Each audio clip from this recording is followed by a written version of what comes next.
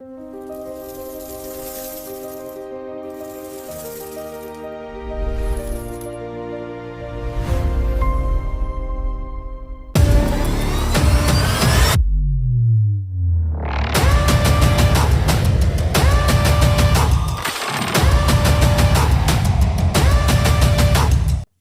dekad bukan sekadar angka, tetapi lambang perjalanan penuh usaha, dedikasi dan kejayaan.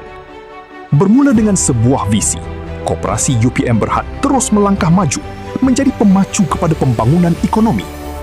Koperasi UPM Berhad bukan sekadar sebuah organisasi, tetapi sebuah keluarga yang dibina atas nilai kepercayaan dan komitmen bersama. Selama 50 tahun, pelbagai cabaran telah ditempuhi. Pelbagai kejayaan telah dikecapi. Kejayaan yang dicapai turut mendapat pengiktirafan di peringkat kebangsaan. Pada tahun 2016, Kuputra telah diiktiraf di kedudukan ke-43 dalam profil 100 koperasi terbaik Malaysia oleh Suruhanjaya Koperasi Malaysia. Satu pencapaian yang membuktikan kecemerlangan dan komitmen berterusan Koperasi UPM Berhad. Hari ini kita bukan sahaja meraihkan usia 50 tahun penubuhan, tetapi turut meraihkan legasi, pencapaian dan aspirasi yang telah dibina bersama. Tahun 2025 menjadi satu lagi detik membanggakan apabila Koperasi UPM Berhad berjaya menduduki tempat ke-14 koperasi terbaik di negeri Selangor serta tersenarai dalam kelompok 350 koperasi terbaik Malaysia.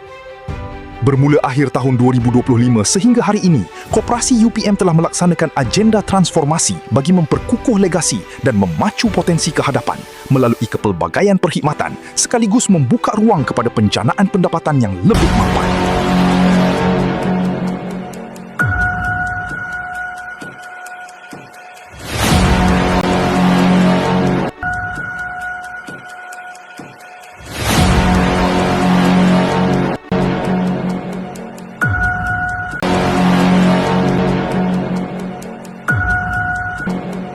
Selamat menyambut Jubli Emas 50 tahun penubuhan Koperasi UPM Berhad.